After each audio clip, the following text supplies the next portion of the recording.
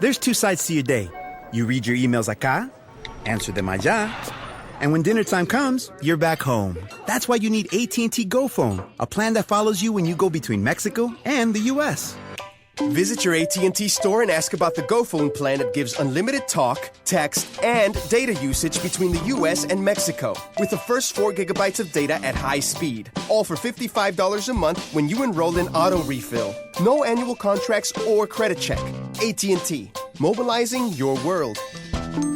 Service may be terminated if voice or text usage in Mexico exceeds 50% for 3 consecutive months. Monthly rate plan charge is $60. $5 discount applied upon enrollment in auto refill. Data usage exceeding the high-speed allowance will result in reduced data speed of up to 128 kilobits per second for the rest of your 30-day term. Subject to Go Phone plan terms and terms of service. Coverage and service not available everywhere. Roaming service not guaranteed. Limited coverage in select markets in Mexico. Other restrictions apply. Pricing subject to change. See store for details.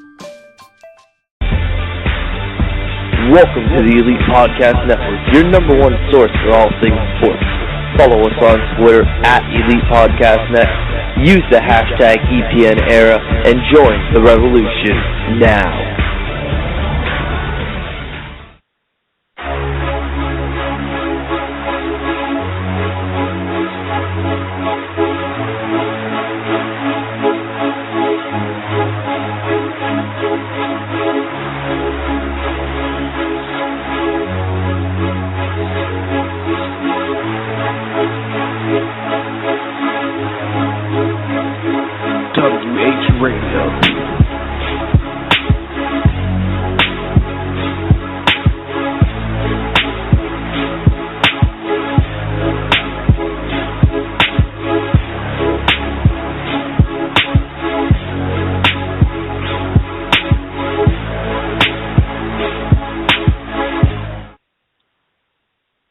Welcome, ladies and gentlemen, to Wrestling Heads Radio, Midnight Edition. It's Skits, and I'm here with Tom. What's up, brother? What's going on, man? Midnight Edition. We've been doing late night shows because Oscar been kind of MIA lately. Yeah, we've had a couple late shows, but I mean, at this point, I think a lot of wrestling fans are up late because, I mean, look at what's been going down. WWE tickets for the January 2nd show went on sale tonight, and they sold out in about 3 seconds.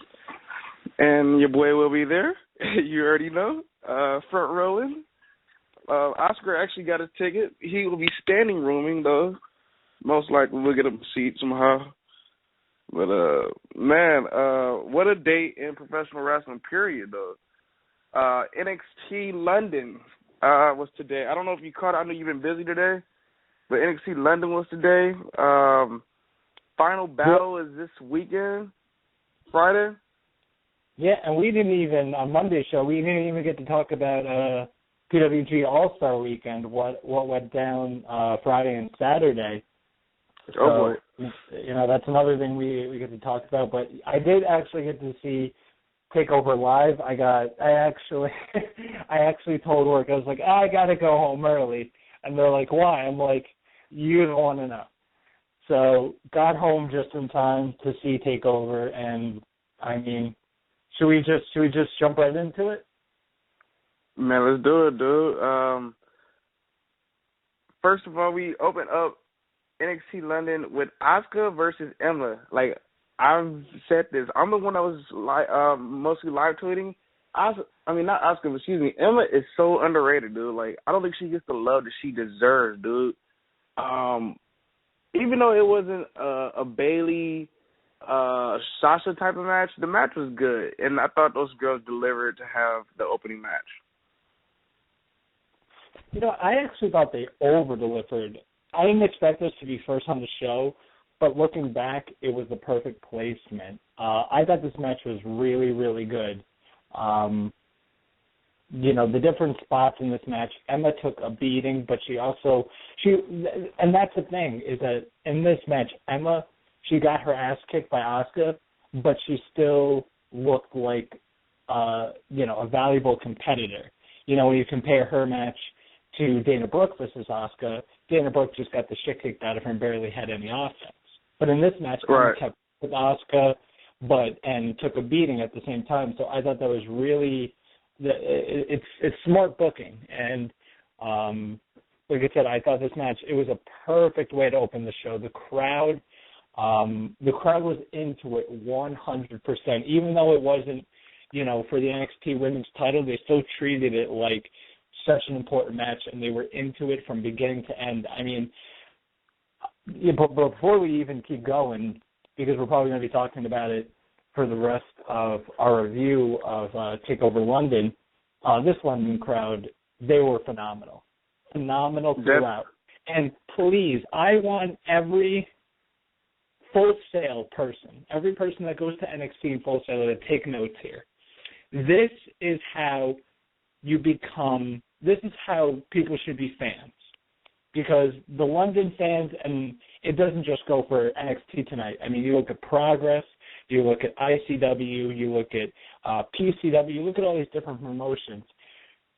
When the fans in England go and they do all these different chants and they do all these different things, they're not doing it to get themselves over. They're doing it because they're invested in the match and they're having a good time watching the match.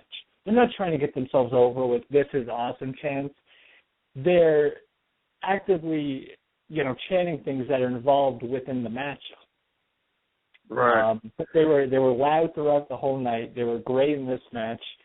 So big props to the TakeOver crowd at Wembley. Question is though, are the Full Sail fans gonna try to copy? Because I saw somebody tweet. I wonder if the Full Sail fans are gonna try this. Maybe. I mean, it wouldn't surprise me, but it's so hard because, like I said, the way that a lot of the Europeans do chants is a lot different than how we do chants. They were chanting songs and all that, and it's very hard. I think it's harder for Americans to kind of get that going. We can do simple chants and all that, but I just feel like it could be harder for the Full Sail crowd to kind of get, those singing chants type of things. But like I said, they should take notes, like I said, on just how invested in the match this crowd was, and how they weren't trying to get themselves over, and they weren't doing these stupid chants. They were just having fun. And one of the great things also was that they were cheering for the faces and booing the heels. They were going on the old school wrestling dynamic of just booing the heels, hating the heels, and loving the baby faces. So I thought that was great. Yeah, I definitely noticed that too. Normally we would it would be like say if you're watching like a regular NXT weekly show, they're gonna cheer for like who they like. Like for instance, me going to PWG shows, love Roderick Strong. I love to hate him, love to boo him, because that's the right thing to do, But I definitely get where you're coming from, dude. But also tonight, NXT London, second match, you have Enzo Amore and Big Cass going against Dash and Dawson for the NXT Tag Team titles. What were your thoughts on this match, dude? I thought this match was really solid. I thought as far as Enzo and Cass matches, this might have been the best in-ring one that they've had so far. There were so many good spots.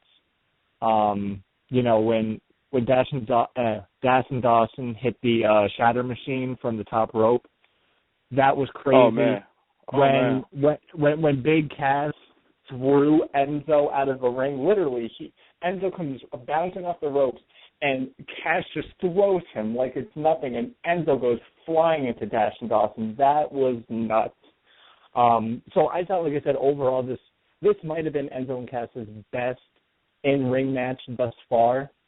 And I was a little shocked that they didn't win the titles. I thought that Dash and Dawson were going to be quick transitional champs to get Enzo and Cass over, and I thought NXT London was a really good chance to get them the titles if they were planning on doing that. It was the perfect stage to do so, but Dash and Dawson retained. So I was a little surprised by that, because Enzo and Cass, they've been due to win the titles for a while, but like I said, I give a lot of credit to Dash and Dawson. Everybody says it. They just remind you of this old school, hard hitting type of team, a lot like the Brainbusters of Tully Blanchard and Arn Anderson. Really, really familiar, very old school type of team where they're just kind of smash mouth in your face type of offense. I like that. But like I said, it's very odd that they decided to really not give the belts to Enzo and Cass. So really, at the end of this, you kind of think, okay, there's nothing left for Enzo and Cass to do because they can't get the titles. Main roster has to be next. And we all know next week on NXT, you have all the other tag teams, the Hype Bros, Chad Gable and Jason Jordan, the Vibe Villains, and what's the last team? There's one more team in there.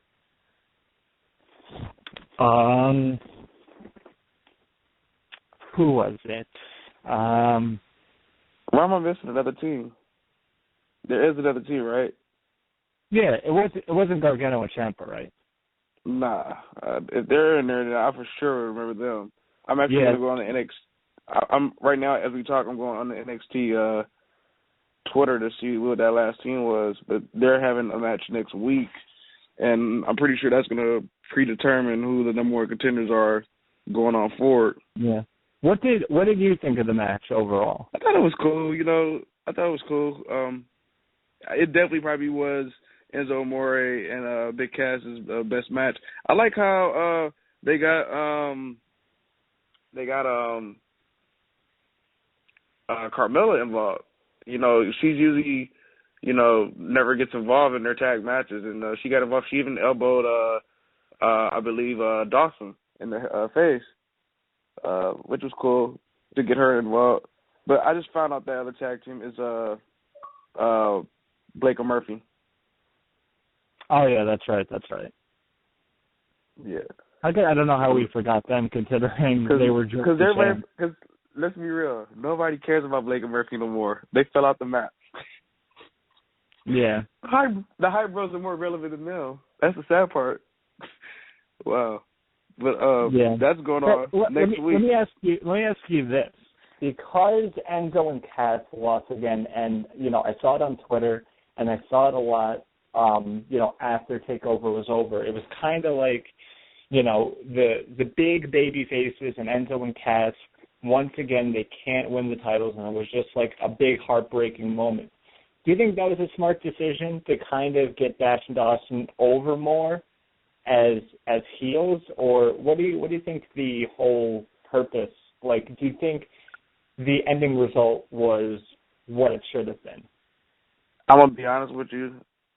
I might be biased saying this, but I'm a Dash and Dawson fan, so I'd rather see them win. And I think they're the better tag team, better team also. So I'd rather see them win. So I think that was a good booking.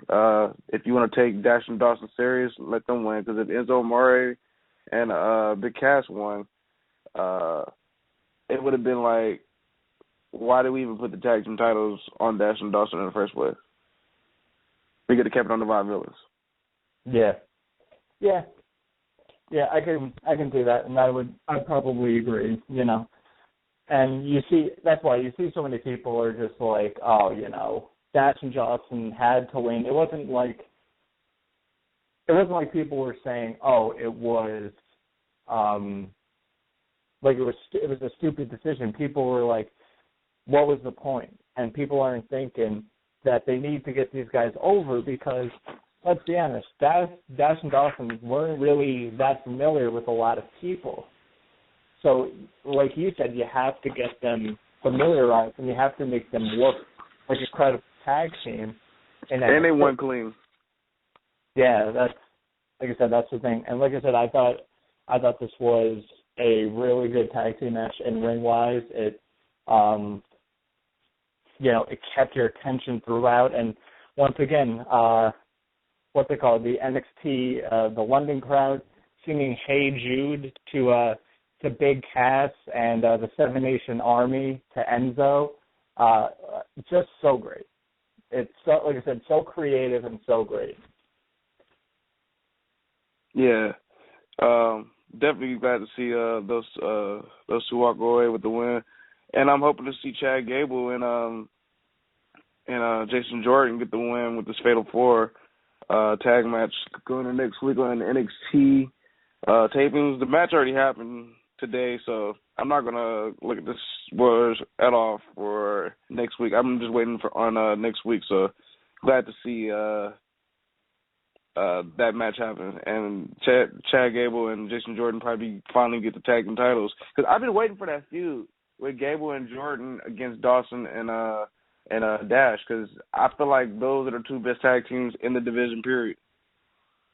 Yeah, and the good thing is it kind of, if we do get that feud, which I think a lot of people are expecting, it's like a pure wrestling feud. Like you have Chad Gable and Jason Jordan, who are like the amateur peer wrestlers, and then you have Dash and Dawson, who are like the old school beat 'em up type of wrestlers, where they go out and they just try to beat the hell out of you in any way possible. So it creates for what could be a really, really, really good tag team match between the two teams. And it would be, I think it's something that the tag team division would need, because, I mean, we've seen good tag team matches with, Todd Billings and Enzo and Cass and Blake and Murphy. Like, we've seen okay to good tag team matches, but we haven't had that one really standout tag team match yet, and I think that could be it. Oh yeah. Just looking forward. I'm just looking forward next week. I'm pretty sure we'll talk about it next week here on WH Radio. Let's go on to the next match, which I was shocked about, and I really want to get your thoughts on this matchup: Apollo Crews versus Baron Corbin. Did it live up to the hype? No, I didn't think it was as good as their first matchup in Brooklyn. I don't know, like, for some reason, like, it was still good, but it just, you would think that the second matchup, because they're familiar with each other, they would go out and have a better one. But I don't know, for some reason this just wasn't as good. I was surprised by the result, but at the same time I was kind of pleased with it, because it puts Apollo Crews and Baron Corbin at 1-1 now against each other, so they can have another blow-off match. I thought Baron Corbin he's still looking better. He's improving, which I'm very happy to see. And Apollo Crews, of course, is Apollo Crews. Of course, everybody quoted the notable line that Baron Corbin said to Apollo Crews, that you should go back to weight. Did he just think like Uha Nation was Moose? Did he think Apollo Crews was Moose? Is that what it is? That was hilarious. Somebody else tweeted that. It was like, somebody remind him that he's not Moose. I think. Yeah, like I don't know if he. I think Corbin was just talking out of his ass, bro. Yeah, I like I said, I don't know if he was just like, all right, I'm gonna name out an indie promotion, even though ROH is an indie, but it's it's one of the big, not WWE companies or not New Japan. So he was like, okay, what company? Ring of Honor. Okay, you should go back to Ring of Honor. And then probably after, Apollo Crews goes up to him and he's like, bro, I was never in Ring of Honor. Yeah, I really think he was just talking out of his ass, to be honest with you. But it was hilarious. You know what? At least the guy tried. I could give him that. At least he tried, and it created for a funny moment. It wasn't like he was just beating him up. He was talking shit while he was doing it, so I could actually see some positive. Let me ask you this, Tom. Do you think Crews should have lost his match? Do you think Baron Corbin was the right win? Because I feel like it was a whole waste of Apollo Crews winning the Battle Royal and facing Finn Balor and then having Baron Corbin interfere in the match. And we lead on to this. Like, I feel like Corbin should have lost his feud. Or somehow you got to get him back in the feud. You got to get Crews back in this, because where does he go next? Yeah, that's the weird thing is that, like I said, it's tied at 1-1 between the two guys. So you would figure there should be a blow-off match that maybe Apollo Crews could win or Baron Corbin. But I like to think of it as, if Baron Corbin lost, then what did it do for him? Because let's be honest, Apollo Crews is already over and he's already established as one of the main guys. Baron Corbin is still kind of trying to make himself fit into that picture with Apollo Crews, Samoa Joe, Finn Balor, Sami Zayn, Hideo Itami, those type of people. He's still trying to get there. So I feel like you needed to get him a big win on a big show in order to establish that. So I was fine with the result because it makes sense, and like I said, hopefully they do a blow-off feud, or a blow-off match, not blow-off feud. So I don't know where, like I said, I don't know where either guy can go from here. It just depends on, what they have in mind. I think there's a couple of things you can do, but we really don't know. Yeah. Let's move on to the next matchup. Next matchup, I believe, was for the Divas women's title, Bayley versus Nia Jax. Now, I was pretty surprised about this match. Actually gave, Nia Jax, she kind of looked, kind of weak in here in the match, and then she looked strong, both. I thought, they were going to have her dominate the whole match, but they didn't. No, they played off the typical David versus Goliath type of matchup.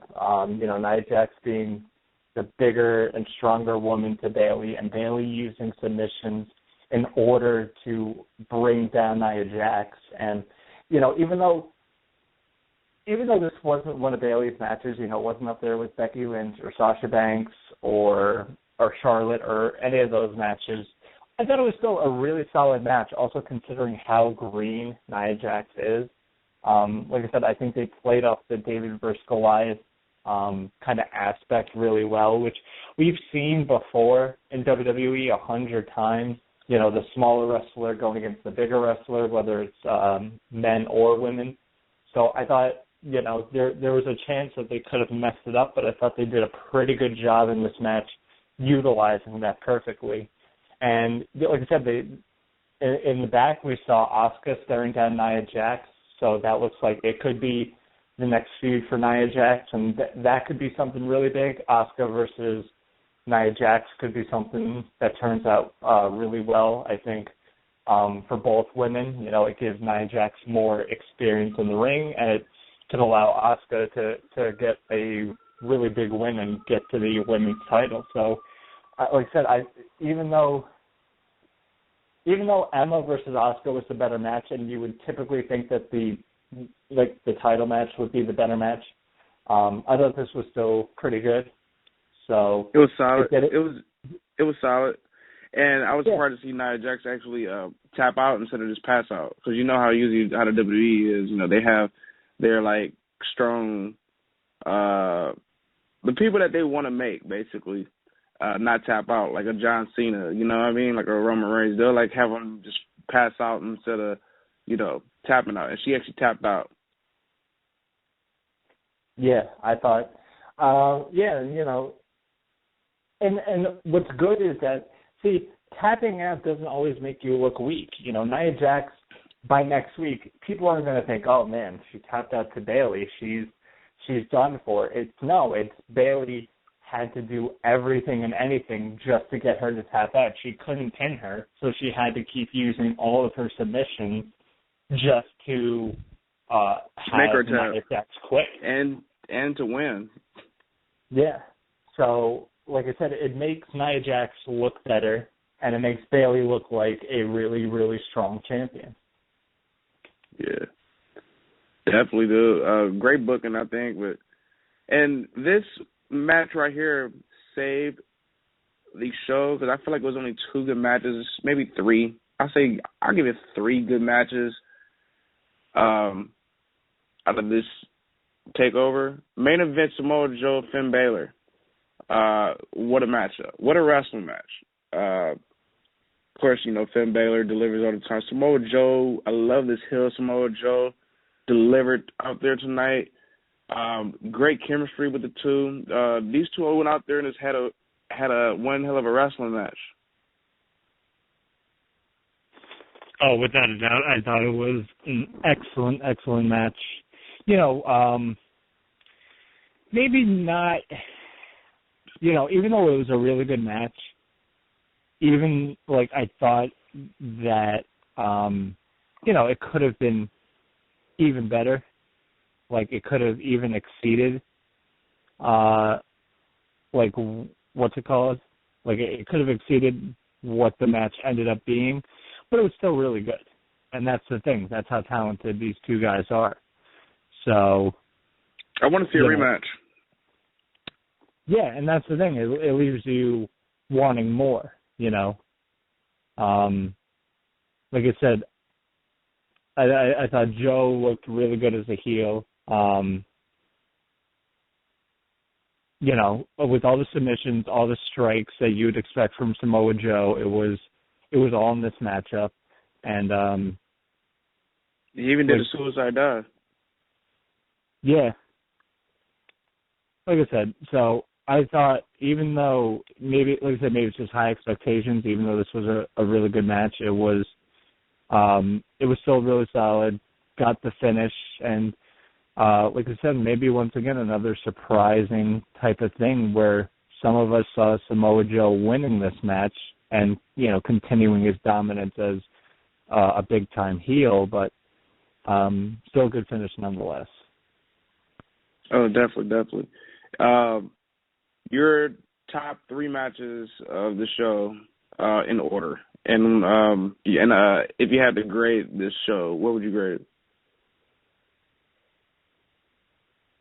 I thought the best match on the show, honestly, I thought the best match was Asuka and Emma. Me too. Don't lie. No bullshit. Yeah, it was just a really, really, really good opener. It exceeded a lot of expectations.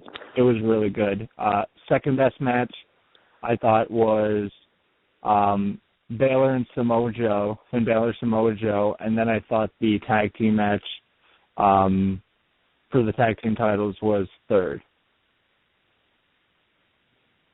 Same here. Same exact order.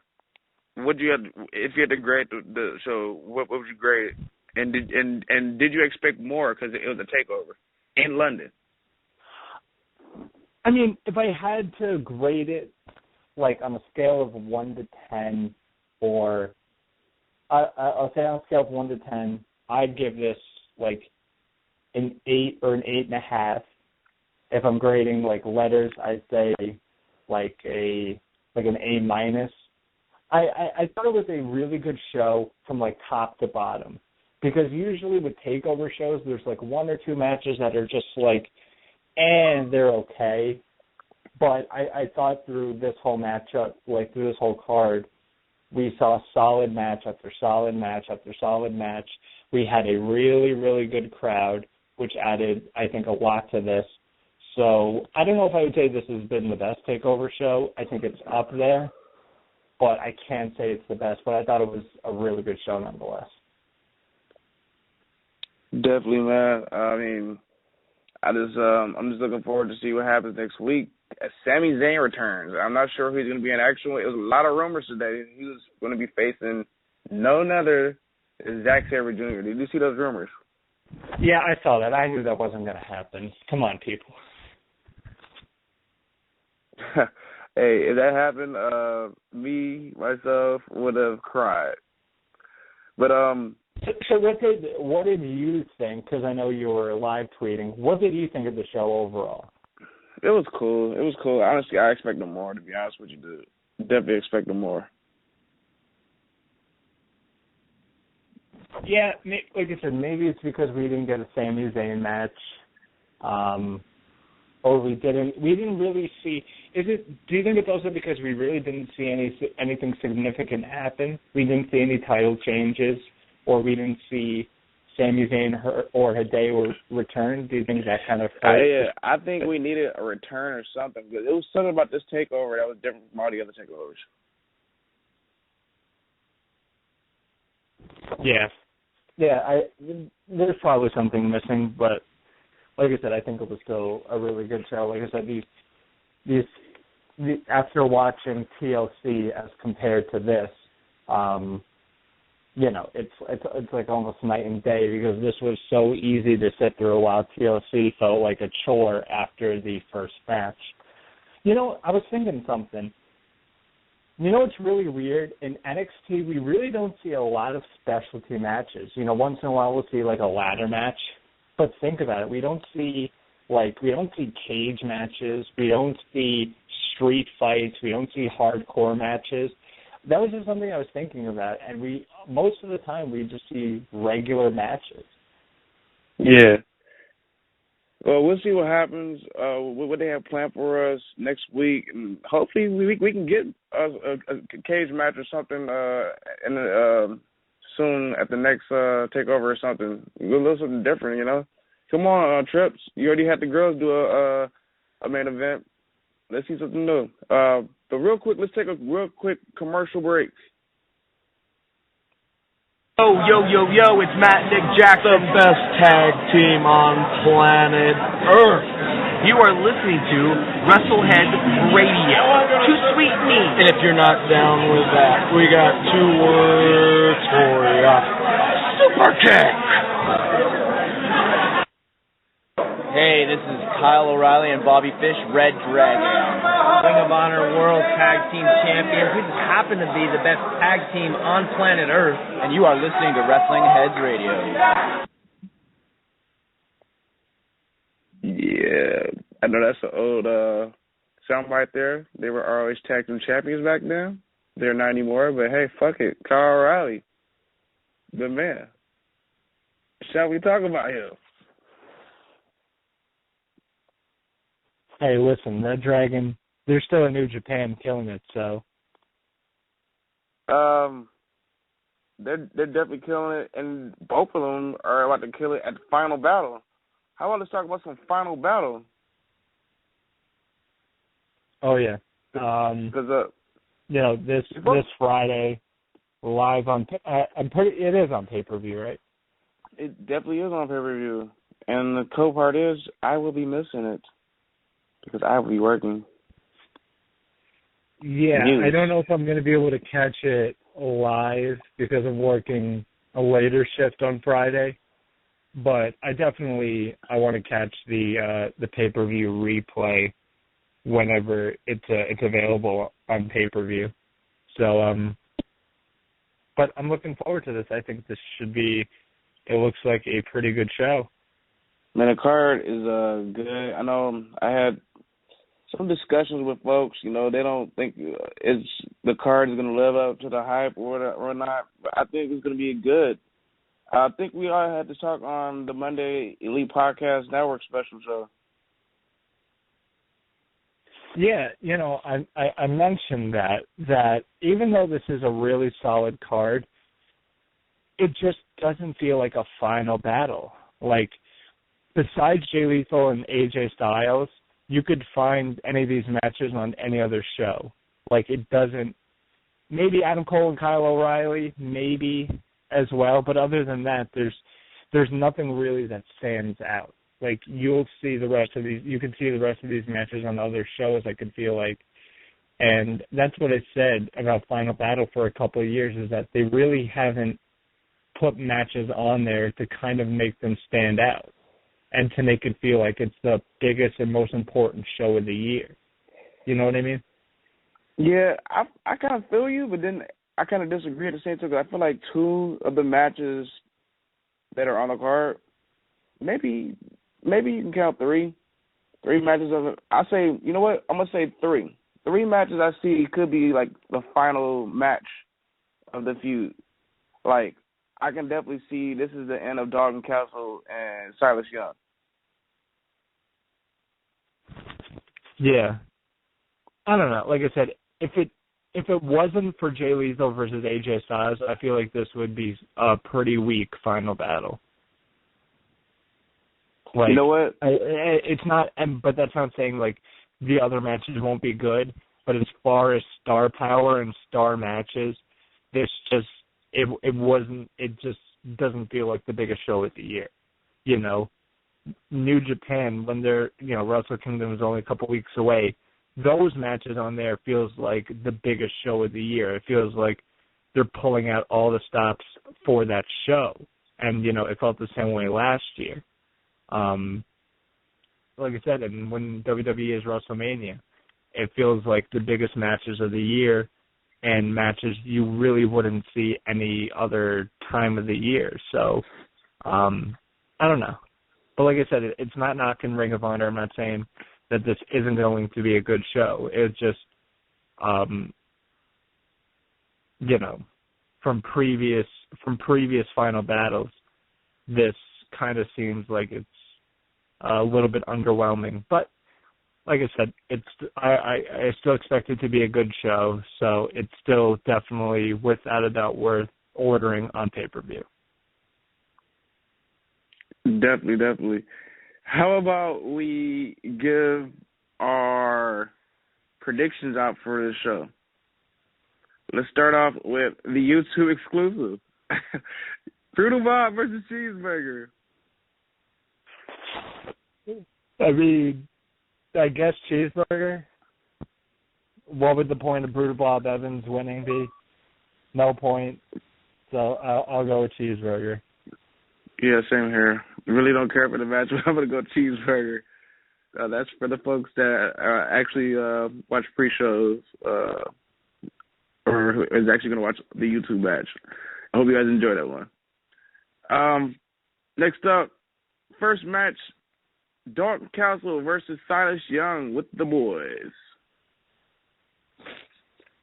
I don't know. I feel like Silas Young winning in their last matchup and taking the boys, you need to have Dalton Castle win on the biggest show of the year because he's one of the most over guys on the company and get some redemption. So I'm going to go with Dalton Castle. You know what? I'm going to agree with you. I'm definitely with you on that. Dalton Castle, definitely taking the W, and hope he gets the boys back. And by the way, people, Dalton Castle is up for nominations for Breakout Wrestler of the Year for the Body Slam Awards. Go vote.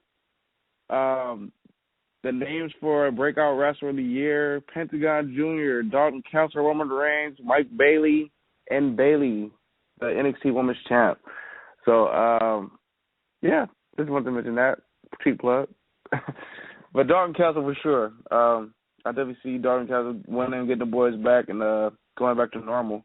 And the question is, who will he work with next? We'll have to find out.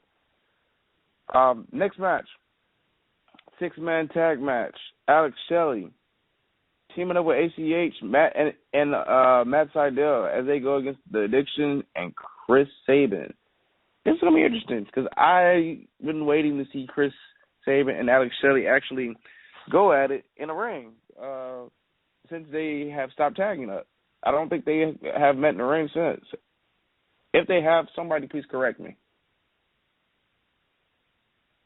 Yeah, I'm not too sure. Like I said, we could be wrong, but should be a really fun 6-man. It gets ACH and Matt Sydal on the show, as well as The Addiction and Sabin, and the addition of Shelley into the company, I think is really cool as well. So very interesting 6-man.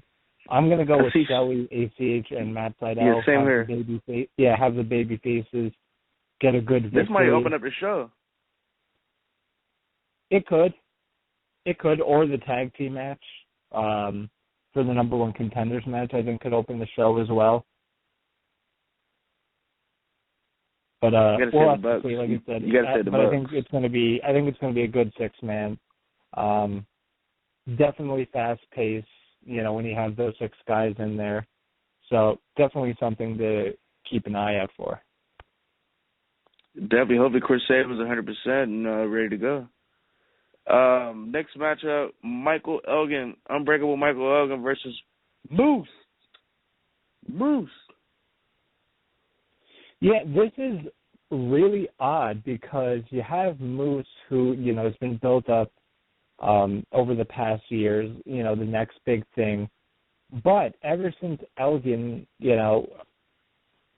went to New Japan for the G1 Climax, he's been booked pretty strong as well. So which route do you go to?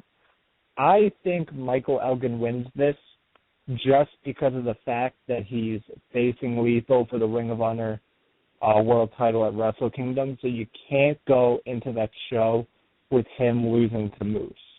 So I think Elgin wins this. Yeah, same here.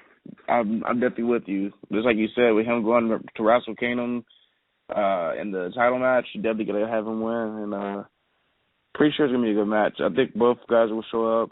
Michael Elgin impressed me this past weekend at PWG All-Star Weekend. And I'm pretty sure him and Moose are going to have one hell of a match. And I go Elgin too, so.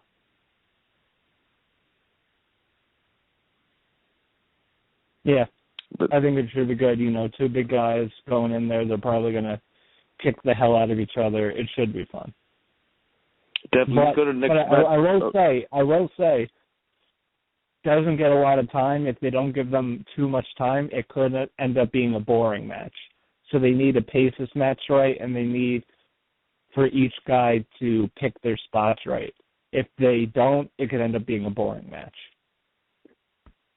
True. Let's hope not, because I think Elgin's got out of that boring lane lately, to me. For the number one contender, matchup for the Ring of Honor Tag Team titles. So the winner of this will get a title shot. You got the All Night Express, Kenny King, and Red Titus versus the Briscoes and the Young Bucks. I'm going the Bucks, man. The Bucks is ROH.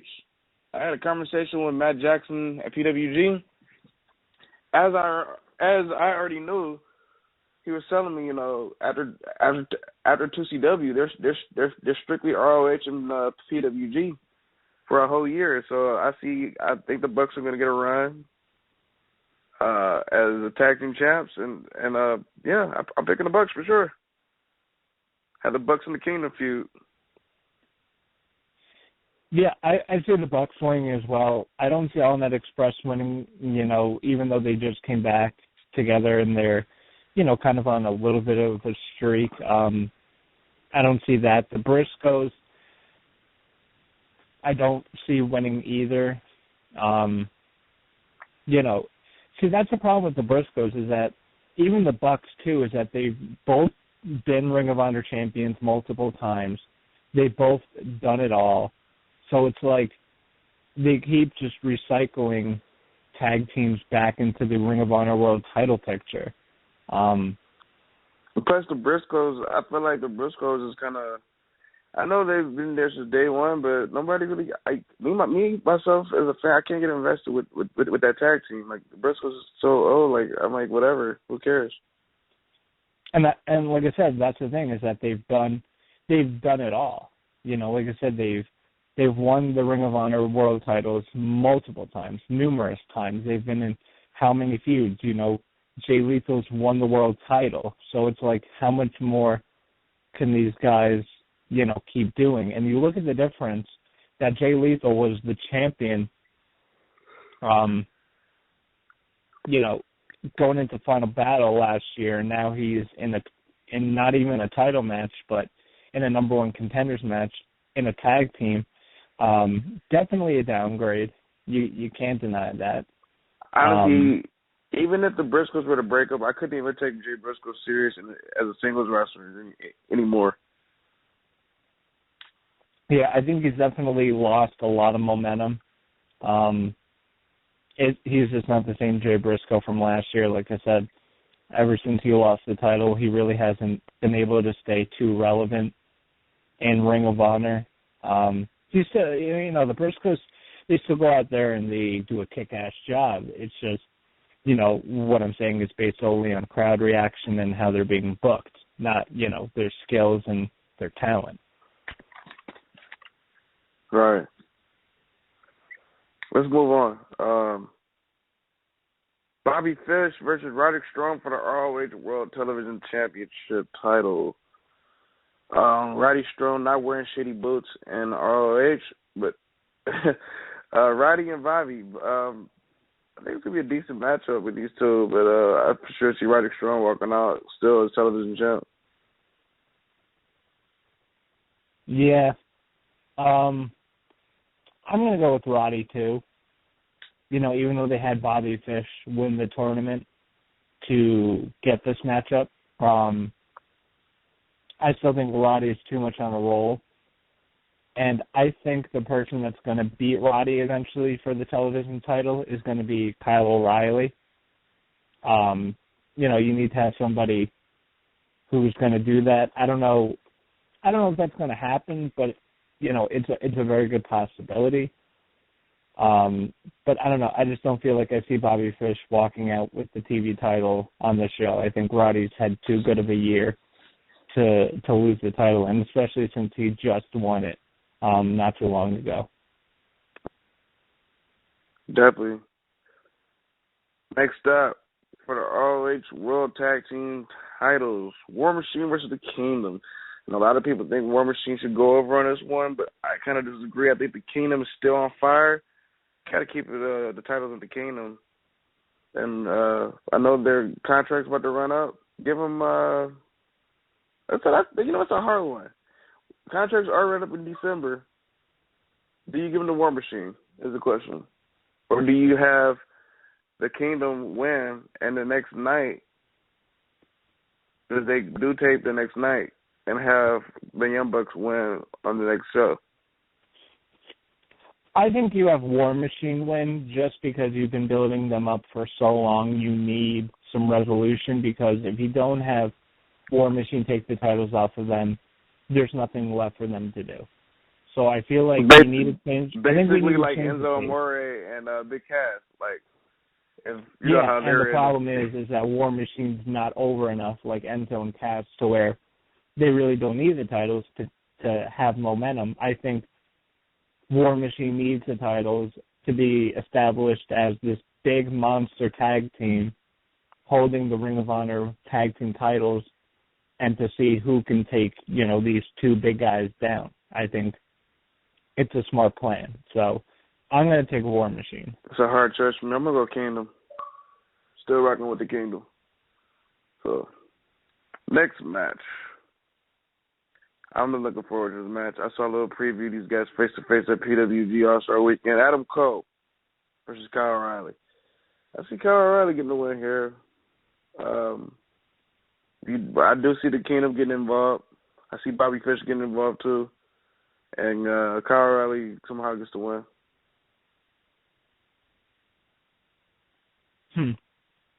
I don't know. This one's a little tougher for me. It is tough. I'm not going to lie. I would like to see Cole win. I would like to see Kyle win. These are two of my favorite wrestlers for sure. But I'm going to go Kyle. I don't know. I feel like there's a lot of things that could happen with this match. You could have Bobby Fish, you know, lose the TV title to Roderick Strong. And then when Kyle O'Reilly is getting beat down by the Kingdom, he comes in for what looks like the save, but he attacks the Kyle O'Reilly. And then we see Kyle O'Reilly, Bobby Fish feud going on. You know what? Just for the sake of being different, I'll go with Adam Cole. Yeah, I feel like, you know, ever since he came back from injury, he really needs that one big win to get his momentum back. And I feel like this could be it. Didn't he face AJ Styles not so long ago? I think he didn't beat him. He should have. I don't think he did. Did he? Well, I think it was a triple threat. AJ versus Kyle versus Adam Cole. And he should have won that one. I don't give a damn. Sometimes I feel like some guys have to just, you know, take the L. But a lot of people think it's, you know, AJ Styles' ego. But it's really not. It's New Japan. They don't want their champ to lose. So moving on. Speaking of AJ Styles, for the main event, the phenomenal one, AJ Styles, his first Ring of Honor title match, I believe. Don't quote me on that. Versus Jay Lethal, who's been killing it this year for the excuse me, I want to say NXT, for the Ring of Honor heavyweight title. I got Jay Lethal. You have probably the best wrestler in the world, AJ Styles, going against another top wrestler in Jay Lethal. And, we've been talking about Jay Lethal and what he's been doing. First it was when he won the Ring of Honor TV title and joined up with Truth Martini. And ever since then, he's been killing it. And then, him winning the Ring of Honor world title, I think it's just pushed him to a new level. The guy, he's well-deserved of that champion because he can be the face of the company. He has the charisma. He has the in-ring skills. And being aligned with Truth Martini. He can talk, too. He really doesn't need Truth. Yeah, and you know what? Being aligned with Truth Martini, I think, has done so much for him because, like I said, Truth Martini is such a great heel manager and has a way of hyping up his guys so well as, the best. So that's definitely one thing the Ring of Honor has done really right, was pairing these two together. And like I said, I'm very skeptical about this match just because of AJ Styles' health. I don't know how hard he's going to go, especially considering Wrestle Kingdom is in a few weeks, and I feel like when he goes into that against Nakamura, he's going to try and go 100%. So I'm very weary about how he's going to fare in this matchup. I don't doubt that he's going to try his best, but it's just going to depend on how long these two guys go and what happens. But hopefully it turns out really good, like we expected. I see Jay Lethal retaining, though. I don't see AJ Styles winning. Definitely with you on that one. I just know it's going to be – I'm hoping it's going to be that match that I'm expecting. But just like you said, due to the injury that AJ has, it might not be that match. And the match of the night might be Adam Cole and Kyle O'Reilly. All this Friday, ladies and gentlemen, Final Battle 15. Order it. Pay-per-view. Support Ring of Honor. ROHWrestling.com for the iPay-per-view if you decide to order it instead of regular pay-per-view. I believe it starts at 8:30 Eastern, so 5:30 Pacific time. It should be a good one. Ladies and gentlemen. 2300 Arena, Philadelphia, Pennsylvania. Should be a hot crowd as well. It should be a great show. So hopefully this all goes well for Ring of Honor and they have a good weekend with their Saturday tapings as well. Definitely. Wrestling, doing big things this weekend. Mm-hmm. And speaking of good things, because like we mentioned at the top of the show, PWG tickets went on sale tonight for their January 2nd show that has yet to be named. But last weekend, we got two PWG shows in All-Star Weekend 11. And, of course, you were there live in person to see it. What did you think of these two shows, All-Star Weekend 11, Night 1 and Night 2? How was the weekend? Man, where do I start? I can tell you this right now, Night 2 is better than Night 1. Kind of was, I don't know. I mean, if you want to talk about match-wise, Night 2 is better. Matches-wise, Night 2 is better. Surprise-wise, they both were awesome. Where do we start is the question. Man. Where do we even start? I gotta pull up the card. Okay, let's start it off. The Unbreakable fucking Machines. Michael Elgin, Brian Cage going against the Wolves. And they were actually announced as the American Wolves. So they're the American Wolves and the Indies folks. One thing that I did not like about this match, Davey Richards and Eddie Edwards, I seemed like they weren't even into the match, dude, at all. Nobody fucked with it, dog. At all. Nobody really fucked with this match whatsoever. I don't think nobody cared, dog. That's how bad it was. Really? I didn't care for it at all. Davey Richards did not deliver. Eddie, he did better than Davey for sure. It got picked up at the end a little bit when like both, with all four guys were in the ring. But it really wasn't that match that I was expecting. I was expecting more from the four, and I feel like Davey and Eddie really wasn't into it. I don't know if folks out there that was there live too can agree with me, but nobody really was, feeling this match. But I do have some other matches that people were feeling. People were feeling Mark Andrews versus Chuck Taylor more than they were feeling that match. Chuck T, one of the funniest dudes ever to see, in a wrestling ring. Him and Mark Andrews, they delivered. They had a pretty good opener just to have the first match. Of course, Chuck T gets the win. I was surprised Mark Andrews did not get the win. Yeah, definitely great opener. Another match that was good to me, Ricochet versus Marty Scurll. Both dudes definitely delivered. Ricochet is definitely one of the best in the world. Marty Scurll is one of the best technical wrestlers in the world, hands down. Love this match, enjoyed it. Ricochet even wore his Prince Puma pants night one, which was funny. There was a moment when Marty Scurll and Ricochet were both in the middle of the ring, and Marty Scurll was like, "Hold on, I see you on TV. You're," and then Ricochet stops him. They had a little funny moment. It was pretty funny. But one match definitely that I definitely had fun watching, Marty Scurll versus Ricochet. Now, match of the night one, hands down, Will Ospreay versus Trevor Lee. Both killed it. Two of the best wrestlers right now in the independents. Oh, man. Will Ospreay, killer, dude. Trevor Lee, killer. Loved it, dude. I could watch this match in my sleep. That's how good it was.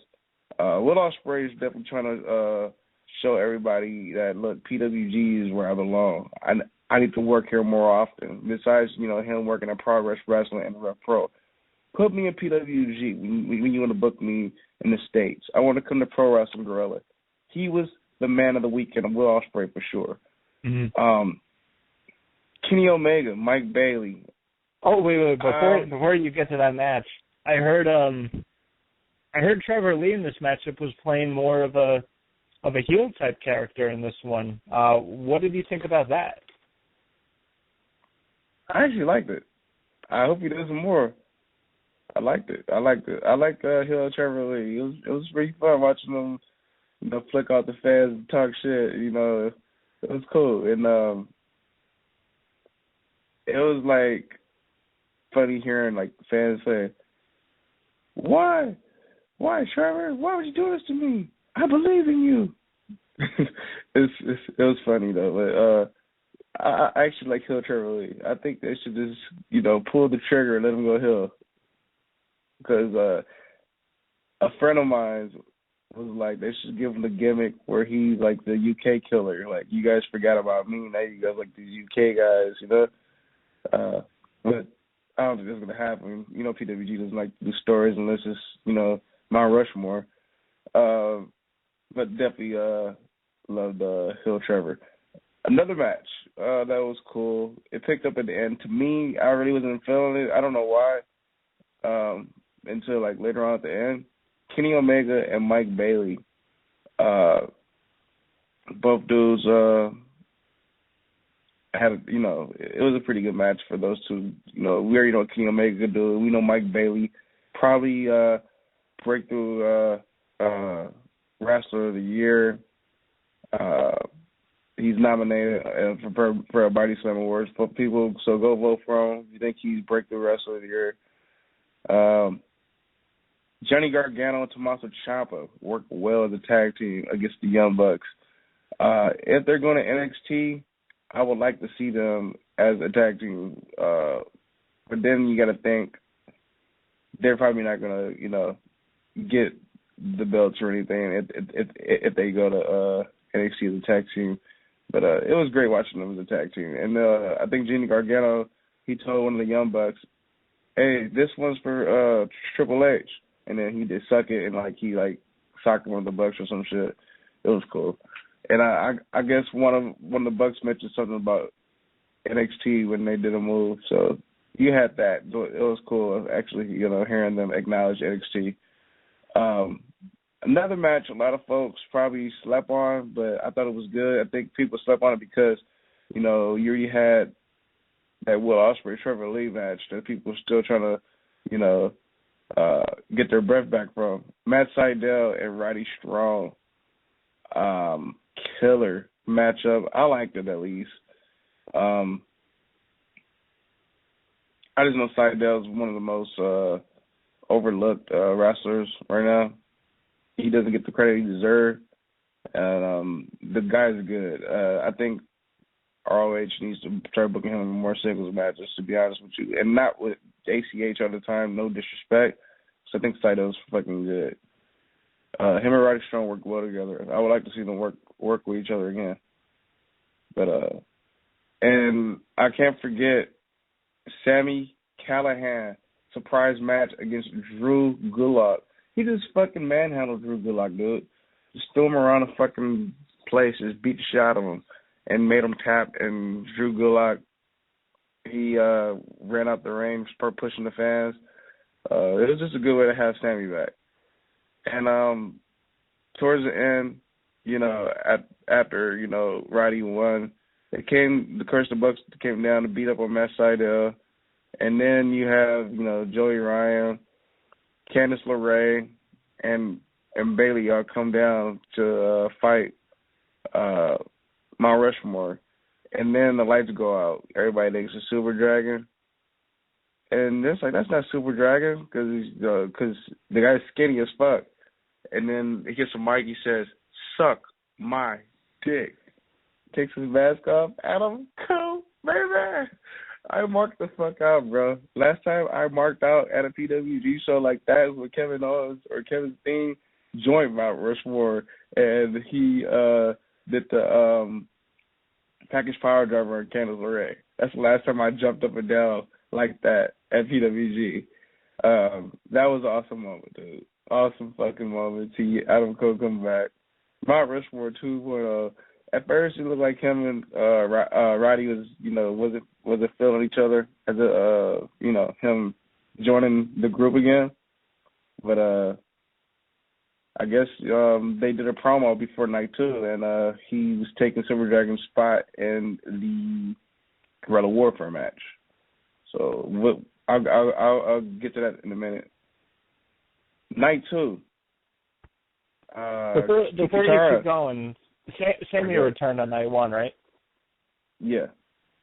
What did you think of Sami Callihan back in PWG, and what was the crowd reaction to Sami being back? Did they like having him back? Oh yeah, of course. The fans went nuts. Fans went nuts for that for his return too.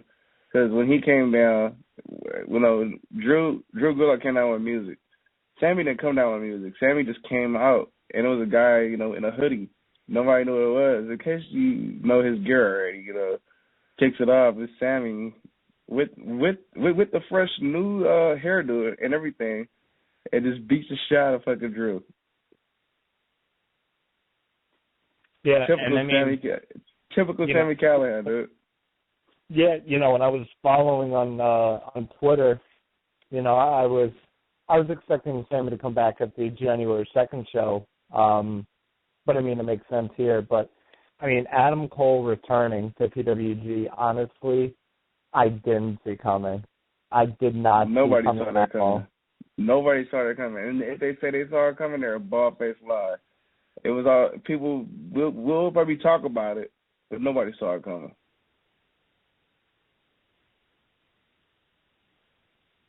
Nobody. Yeah. But I mean, and the whole thing. We'll talk about. Actually, we'll talk about it after night 2. Why Adam Cole was on this show. So we'll talk about it after night 2. Definitely. Night 2, Kikatara, 1-on-1 against Chuck Taylor. And before the match started, Kikatara was like, last time I faced Chuck Taylor was in Chikara. I want to say thanks for PWG for inviting me to wrestle. Like, the guy's hilarious. I'll tell you this. Kikatara is funny. Match, the bell rings. Chuck T, Schoolboy, 1, 2, 3. Match was over that quick. It was hilarious.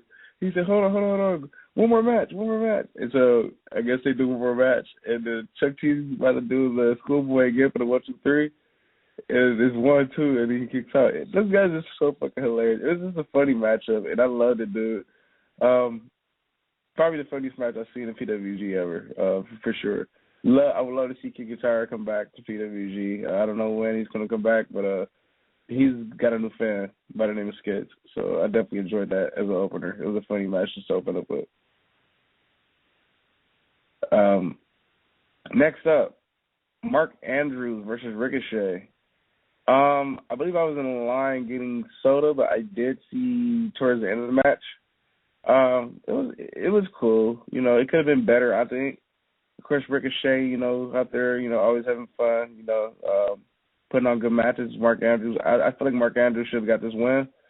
But Ricochet definitely got the win. I'm pretty sure he's on the Indie Power Rankings, for getting 2 wins for this weekend, for that weekend. So, great matchup.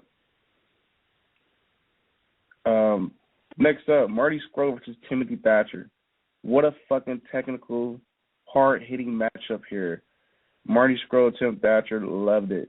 We got to see it first before Vegas, which is having, I believe, this weekend.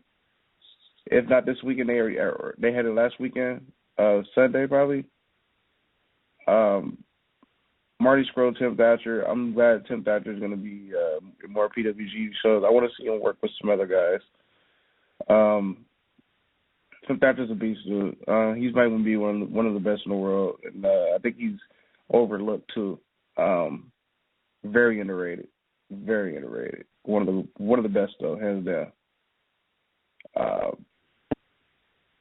Next up, I'm not sure. I'm not going to order right now, but I think it was the Unbreakable F Machines versus Johnny Gargano, Tommaso Ciampa. Now, this tag team match is better than the one with Davey Richardson and Eddie Edwards.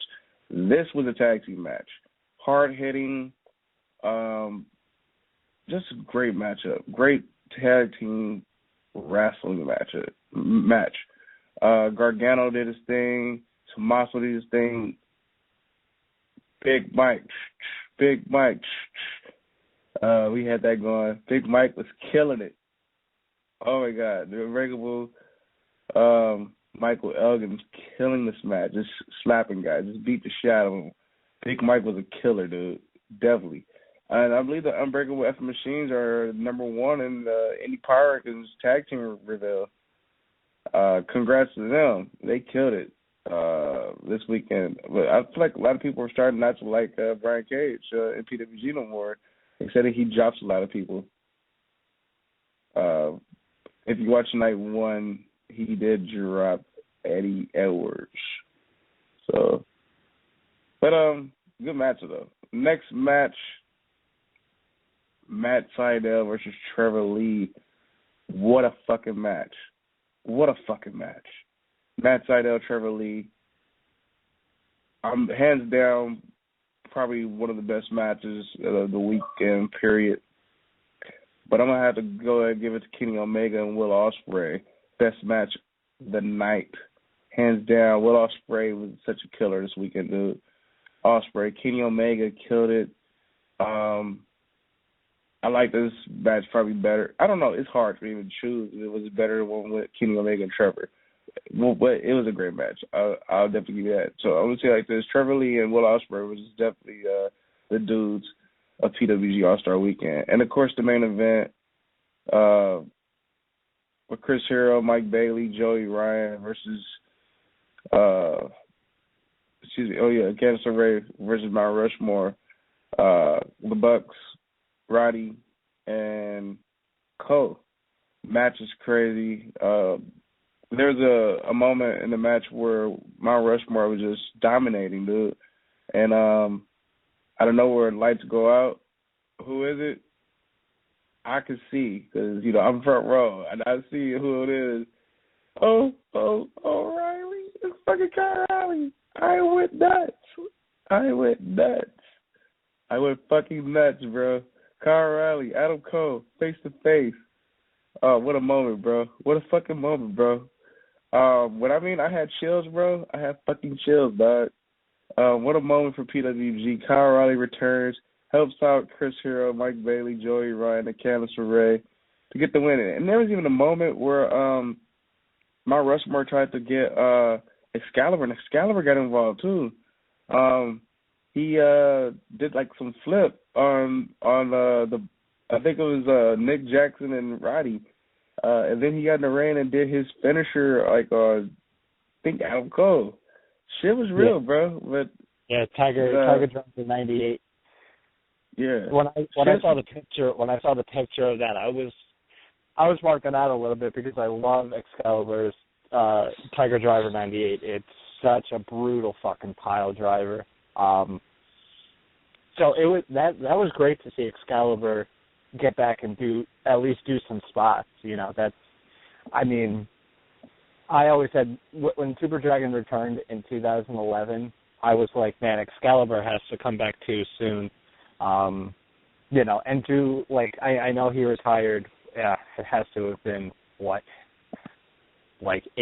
years ago. But I feel like Excalibur at least deserves one more little run. I don't know what physical condition he's in. I always just thought he deserved it just for not having as long of a wrestling career as he should have, even though he's doing well with PWG and he's doing well as a commentator. He's one of my favorite commentators. I always thought he deserved a couple more matches just to kind of end it off. Yeah, and I gotta mention Joey Ryan trying to do that spot with Matt Jackson with the dick. I feel like the PWG fans was not feeling it whatsoever. They don't fuck with that spot whatsoever. There's people booing, and a couple dumb fans that like it. Listen, I like the spot in DDT because DDT is a comedy type of promotion. That's what their whole promotion's based off of, is comedy. They'll have serious matches, like Ibushi and Kenny Omega have had serious matches.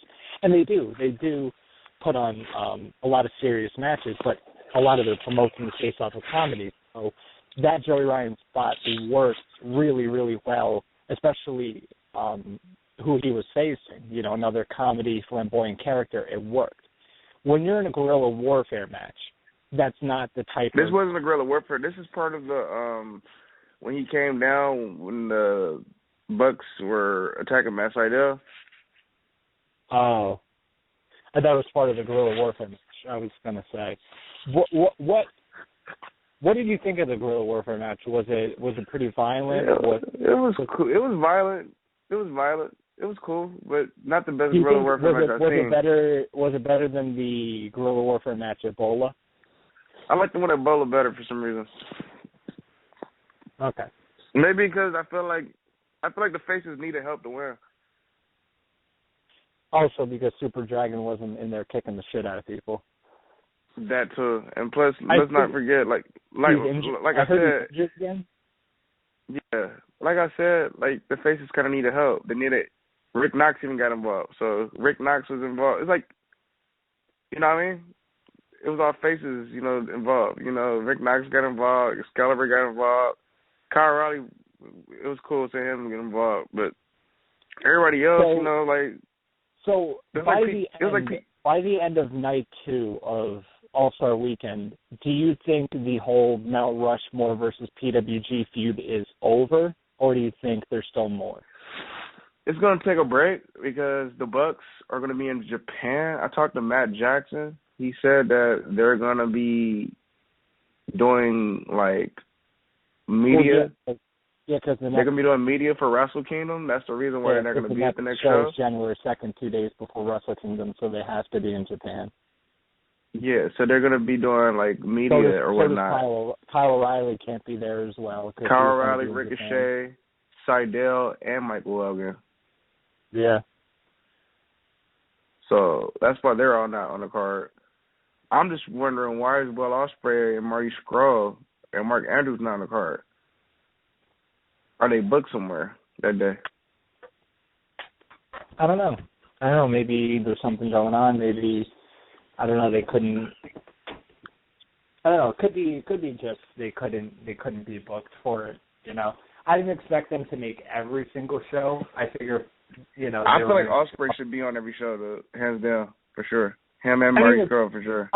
It's tough for them to appear on every show, to keep flying back and forth from England to the United States, like I said, especially less than a month, later. It's pretty tough to do, because of jet lag and all that different stuff. It's very tough to do. So I imagine, giving them a little bit of a break, let them stay in England for a little bit, but they'll be back. They'll be back soon enough. Should we talk about the matches that are going to be going on at the next PWG show? Let's do it. Okay, you got Angelico back at PWG going one-on-one against Brian Cage. Of course, both these two probably familiar with each other from Lucha Underground and AAA, so I see PWG always, put Angelico in the ring against, somebody he's familiar with. So it should be a decent match. Timothy Thatcher versus Drew Goodlock. A lot of folks don't know these guys are tag team champions and champions from Hollywood. I'm looking forward to actually mentioning I'm like, aren't you guys tag team champions and champions from Hollywood? I'm going to mention that. So I just want to see what happens because a lot of PWG fans probably don't know about that. Sami Callihan versus Trevor Lee. That match is going to be a killer. Might be match of the night. Hands down. Might, because Trevor Lee, he's been on his shit, dude. Jack Evans returns also. He's going to be going against Drew Galloway. That should be fun to see Drew Galloway back. Another match that I think is going to be fun to watch, Mike Bailey versus Adam Cole. Cole is in the building. So I think Bailey versus going with Cole, it should be good. They've been booking Mike Bailey with some top dogs lately. And, of course, you got Zack Sabre Jr. against Tozawa. That's going to be good. I want to see Tozawa against Zack Sabre, see how that's going to be. He's usually in the ring with, guys he's more familiar with, like a Ricochet. I want to see how the match with him and Zack Sabre is going to be. And Chris Hero going against Roderick Strong for the PWG World Title. I'm not sure why. I feel like Zack should be that guy, but hey, it is what it is. Yeah, I mean, it looks like another really good card. I'm really intrigued by the Zack Sabre Jr. Tozawa match. A Noah guy going against a Dragon Gate guy. That should be really fun to watch. Hero and Roderick Strong, I think, is going to be really good. They had a match in Evolve. I think they're going to go out there and just kick the ever-loving shit out of each other. There's going to be kicks. There's going to be submissions. There's going to be elbows. It's going to be a stiff fucking match. So that should be really fun. Same thing with Tim Thatcher and Drew Gulak. They're going to kick the shit out of each other. They're going to headbutt the shit out of each other, and they're going to try and make the other guy tap out. So it's going to be a very technical match, and I'm looking forward to that. Bailey and Adam Cole, I think, it's going to be interesting to see how those two guys will all work together. First time ever matchup we wouldn't see anywhere else really besides PWG. You know, Bayley's not in Ring of Honor, so we wouldn't see that. Even though Bayley's in AAA, Adam Cole's not in AAA, so we wouldn't see that. So this is, you know, really the only promotion we'd ever see this match. So definitely kind of like a specialty type match, considering, like I said, we won't see it anywhere else. So intrigued by that. You know, good to see Jack Evans and Helico still getting booked in PWG. I think they're gonna do really well as well. So like I said, it's a good card. It's something different. You know, I think Drew Galloway coming back is gonna be good as well. So like I said, a lot, and I mentioned this I think so many times, but these PWG matches, they're fresh matchups. You know, not all of them, but they just feel like such different and fresh matchups. Even if they're rematches, it feels like it's still something different than what we would normally see. So I'm liking the booking that Excalibur and Super Dragon are doing with these shows. Like I said, 2015, I think has been such a good year for PWG, just as far as bringing in new guys, creating new matchups. The shows have been tremendous. You know, like I said, it wasn't like 2014 was a bad year. I just felt like 2014 was kind of, it was getting a little bit of stale, but once the Ring of Honor guys kind of left, we got so much variety. We got kind of a breath of fresh air. So I've really been happy with what PWG has been doing in 2015. You know, like I said, it feels like 2011 when, you know, they were bringing in all these new guys and debuting all these new faces. So, in 2013 as well, they did the same thing. So, that's what it feels like here. So, really a good year for PWG, and it looks like, you know, 2016 is going to start off in a good way for PWG as well. Definitely, dude. Looking forward to see what happens. I want to mention something real quick, and then I want to mention another thing before we go off air. I want to mention some of the Body Slam Awards. So Kevin Owens tweeted out today, "I'm very proud of the fact that I'm not Vincent Russo's cup of tea. Quite frankly, I'd be worried if I was." Yeah, because, you know, this was in regards to Vince Russo. I forget where it was. I think it was Jim Ross's podcast where he said this, where he was, like, saying that Kevin Owens was on the Indies for 15 years, like, saying it, like, as an insult. You know, Vince Russo also, like, he's always been very negative about Kevin Owens. But like I said, Kevin Owens, once again, why do people bother trying to, like, diss this guy or try to, like, insult him on, like, any sort of media? Because you know he's going to come back, and you know he's probably going to own the shit out of you. Yeah. Like, he knows how to talk, people. Shit. I just don't understand. But what I want to mention before we go off air, nominations, there's some nominations that are up and are ready for voting on our Twitter, on my Facebook, WH Skits. A lot of people are getting involved with the voting. I am loving it. So we got the Women's Wrestler of the Year award for the Body Slam Awards. The 6 pictures that you see is Kimberly, Candice LeRae, Sasha Banks, Charlotte, Nikki Bella, and Paige. And if your pick isn't up there, you know, you're more than welcome to vote who you want to. And there are some people that's actually doing that, which I really appreciate it. I have another nomination, UK Wrestler of the Year. Somebody told me Tommy Young wasn't a UK guy, but I put him in here. Will Ospreay, Zack Sabre Jr., Marty Scurll, Jimmy Havoc, Mark Andrews, and Tommy N. I have Stable of the Year, Mount Rushmore 2.0, the Kingdom, the Authority, Wyatt Family, and the New Day. Also, you have debut of the year. Kevin Owens' debut on Raw. Sami Zayn's debut on Raw. And Samoa Joe's debut NXT. And also, Alberto Del Rio's debut in Lucha Underground. You can also vote if your debut is not up there. Breakout Wrestler of the Year. Pentagon Jr., Dalton Castle, Roman Reigns, Mike Bailey, and Bailey the Girl. Are all up too.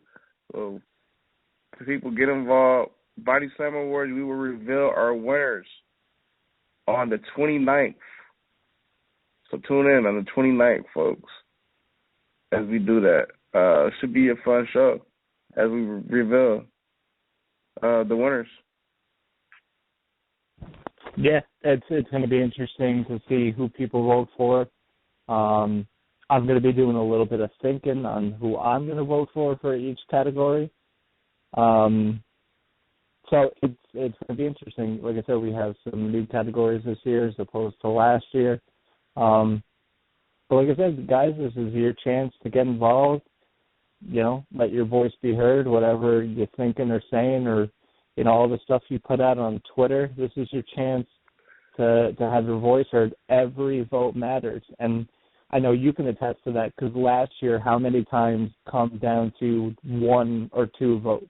How many times? Man, it was crazy, man. Last year, there was actually a tie, I think, between 1. And if you hashtag Body Slam Awards on Twitter, go for it. You know, we will see your tweet because it's definitely a thing. That's just us doing the Body Slam Awards, nobody else. I also want to mention something else about the Body Slam Awards. I have two exclusive votings on Facebook. SoCal Wrestler of the Year. Because, you know, majority of folks that I know from the SoCal area are on Facebook, so I made this a Facebook voting. And the nominations: B-Boy, Peter Avalon, Willie Mack, Ray Rosas, Eli Everfly, and Johnny Yuma. And, you know, you can vote for her, you know, for somebody else that, you know, you may think that's better. And I'm also thinking about doing a women's one, too. So, exclusive just for Facebook, SoCal. Now, to all the people wondering, have all the categories been announced for the Body Slam Awards, or is there more coming? There's more coming. I can let you know right now. The ones that I'll be tweeting out tomorrow. Expect to see the Wrestler of the Year, of course, Feud of the Year, Most Improved, Tag Team of the Year, Match of the Year for sure, and might throw one more in there after that. Like Promotion of the Year. So you people got to stay tuned. Like I said, I knew there was more categories coming out, but maybe some people didn't realize that a lot of stuff that you guys get your voices heard on. Like I said, just moments ago, these are going to come down to a couple of votes. A lot of these categories are going to come down to a couple of votes. So your vote is going to go a long way in the Body Slam Awards, and it's going to be fun. It's going to be fun to see who's, you know, what people think, what opinions people think about all these different categories. It's a ton of fun. And the Body Slam Awards is not just, you know, something new that we've been doing. Like, we've been doing this for a while. This is the 5th annual Body Slam Awards. So you can tell how long Wrestling Heads has been out. It's 2011, baby. We've been doing it big over here. We have to have a 5-year anniversary special, so. Like I said, so much going on here at the Elite Podcast Network. We got the Body Slam Awards, the WH Top 100 coming up here for Wrestling Heads. The Man, Indy Power Rankings I gotta talk to Oscar about that, dude. That since you mentioned it, he needs to start writing his 100 down because I'm gonna start doing mine. You can start doing yours, and we can start talking like ASAP next week, sometime maybe. Maybe. Who knows? Like I said, it's gonna take a while. First of all, it's gonna take a while for me to figure out my top 100, and then once each one of us gets ours, I know it's gonna take a while for us to agree on a list. You know, last year we spent I don't know how many a couple hours just figuring out our list together and coming to an agreement, and I feel like this year could go even longer because it's going to be crazy. It's going to be nuts. And like I said, people speaking of 100, you know, Indie Power Rankings, top 100 indie wrestlers of the year is also coming December 28th and December 29th here to the Elite Podcast Network. Bunch of special guests: Ricochet, Roderick Strong, the Ring of Honor television champion. Yeah, I mean it's crazy how many guests Matt Grant got. If you want to know the full lineup, like Santana Garrett, it's so stacked. It's so stacked, and I feel like, that's why I feel like we keep going over everybody, we're going to miss somebody, and I don't want to leave anybody out. So if you want to know the full list, follow Weekly Wrestling Podcast on Twitter at WeeklyWPodcast or Indie Power Rankings on Twitter at Indie Power Rankings. Yeah, follow Indie Power Rankings too. Like both those, pretty sure Matt and Travis both worked their asses out to get those guests. You know, Elite Podcast Network, we do a team effort over here. And I want to give a shout out to True God Immortal, Matt, Nathan, and yourself for all holding down Monday since WH can go on Monday. Yeah, it was a fun show. I haven't called you after work. Yeah. It's like I said, it was a different type of show that we normally do on Mondays, and some funny stuff comes up, and you know that's always going to happen with True God. The guy's so funny, and you know always good to talk to him, and you know Nathan when we can. You know two great guys from Eyes on the Ring that you know you could check out every single Sunday doing their thing on the Elite Podcast Network. So it was good to do a little mashup for one night, and we need to do it more often. Yeah. Let's talk about it cooler. We'll be taking a break this week. Hopefully they'll be back next week. Or next week they'll probably be off too because the holidays. So be on the lookout. Elite Podcast Net on Twitter. We'll keep you updated with them. Speedy recovery to our boy Matt. He's had surgery, so Matt Laurie, who I'm talking about from Let's Talk About It Cooler. Also, I wanted to give a shout out to Alma. Shout out to her. Who else want to give a shout out to? I'm not missing somebody. My boy Oscar will be returning Monday. I mean, he's going to be disappointed. Next America is no more, but it's going to be great to have him back on the show. You know, the three-man crew is going to be back, and I'm sure Matt will probably be there as well. Should we, the four of us, are we Mount Rushmore? I think we are. We are the Mount Rushmore of fuck it. Everybody here on the show, we are fucking elite. Everybody Elite Podcast Network, period. We are the shit. When it comes to podcasts, we are the best. We do what we can. And everybody knows that WrestleHeads is the best podcast based out of SoCal, hands down. Nobody can touch us. Not a shot at nobody, just the truth. Anyway, follow us on Twitter at WrestlingHeads. I'm at WH Skits. Oscar, follow him, Sinister632. Tom, shoot your shit, bro. Yeah, you got to follow me on Twitter at @2tweetme. trying to get back into the swing of reviewing different shows. Like I said, with 2015 coming to a close, there's a lot of shows I want to be checking out. Still have to check out PWG Bola. I plan on checking out AAW Windy City Classic. I've heard some great things about that show, so I definitely want to check that out. Chikara's Top Banana, their most recent event, I heard some great things about that show as well, and I've been out of the loop. So I'm going to be trying to get some reviews on. Going to be trying also to be reviewing, New Japan Wrestle Kingdom 10 live. Hopefully I'll be staying up for it. We'll see. But just follow me on there. I'll follow you back. My Periscope is the same thing. I'll follow you there. Skits knows that I'm always checking out people's Periscopes and what they got going on. Periscope kind of fell off the map. Yeah. It's kind of not like really popping no more. I don't know why, but yeah, it's getting toward the end of the year.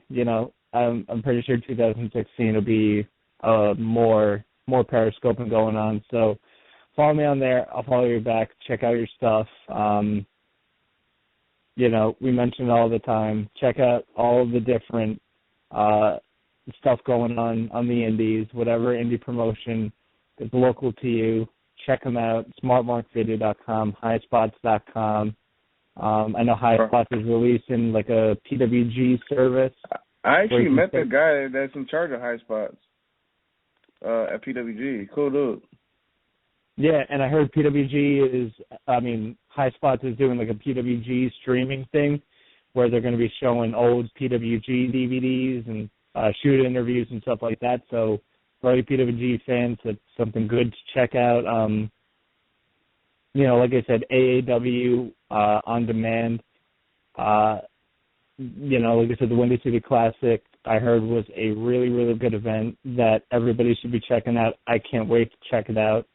AIAW Archives, Smash on demand, Progress on demand, New Japan World, whatever it is. There's so much out there. There's something for everybody. Whatever your taste is, go out there, find it, support the people directly, because there's a lot of good stuff going out there, and there's something for everybody to enjoy. So do your research and enjoy the great wrestling that's out there, because I know 2015 has been a great year for that.